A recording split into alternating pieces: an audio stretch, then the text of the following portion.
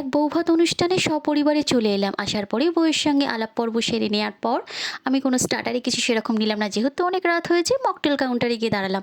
মেয়ে তো আগে থেকেই উপস্থিত, এই যে আমিও নিয়েছি, খেতে শুরু করে দিলাম দুজনে মিলে। মকটেল খাওয়ার পর আমি চলে গেলাম ফুচকা কাউন্টারে, দেখে ইচ্ছা করলো, তারপর বললাম রাত হয়েছে, দরকার নেই, চলো তোমাদেরকে দেখাই মেন কোর্সে কী নিলাম। তারপরে নিয়ে নিলাম স্যালাড, নান, চানা মশলা। ওইটা খাওয়া হয়ে যাওয়ার পরেই নিয়ে নিলাম ফিশ ফ্রাই। ফিশ ফ্রাই খেতে তো ভীষণ ভালোবাসি, গরম গরম ফিশ ফ্রাই, ওহ অসাধারণ। এই ক্যাটারিংয়ের ফিশ ফ্রাইটা আমার ভালোই লেগেছে, অন্যান্য জায়গায় খাই খুব একটা ভালো লাগে না তাও। তারপরে নিলাম প্লেন রাইস আর কাতলা মাছ।